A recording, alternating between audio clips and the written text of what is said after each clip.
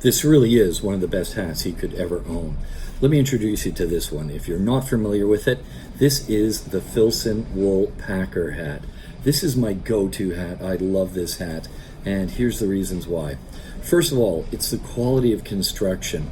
Filson's is really known for its ability to take quality materials and construct them in a way that they're going to last forever. Now let's have a look at this hat. Now as we look at this hat, we can see that first of all, it is a wool hat. And this is the Filson's Mackinaw wool. If you're not familiar with it, this is their trademark type wool that they use in many of their jackets and many of their high-end products. And this wool, even if you look at the tag, it says it's imported, but the wool is considered imported because the wool is sourced from both the United States and Canada. And I think that's why they throw it into the imported part. Now this is, according to the website and also according to the tag in here, created and manufactured in Seattle. So we're buying a North American product when we do buy it. Now let's have a look at it. So it's a good construction. As I said, you can see the seams are beautifully sewn throughout here.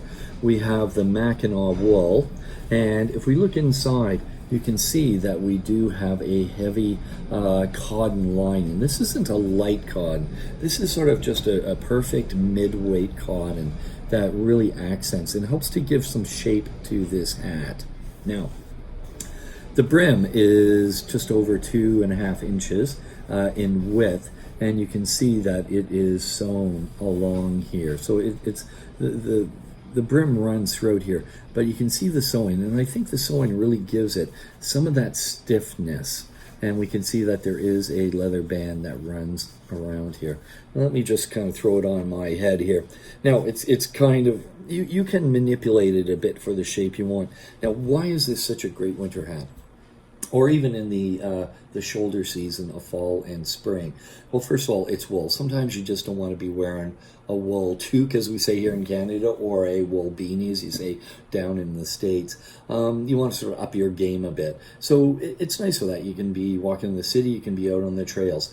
I love it too because, of course, it gives you that brim, and that brim really, if you're starting to get a little bit of snow falling or a lot of snow or a little bit of rain, it really helps to protect your face. And still, sometimes out on a cold sunny day, it does protect your eyes from the sun.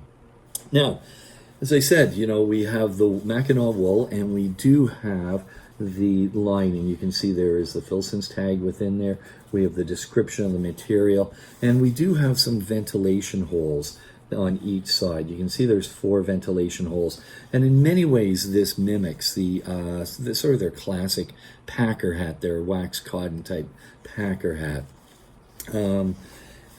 I've had this for a number of years. I expect I'm going to have it for a number of years to come, and I really consider this as one of those essential pieces that if you really want or really like wool, if you have not tried wool, I guarantee you'll love having wool in your life in terms of its ability to insulate, and it has a breathability too that many other fabrics don't.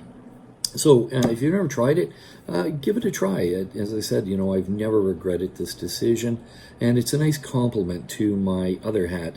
I do have the packer hat, and I made a little video about that, which is the wax cotton one. That one I tend to wear when it's sort of a really kind of a downpour type day, or it may rain a bit heavier. This one, yeah, I've had it on the rain. Does fine. So, hey, there's my thoughts. Hopefully this is helpful. If it is, subscribe, and I'm going to be adding more videos on a number of things about living in the outdoors. Thanks for your time. Take care.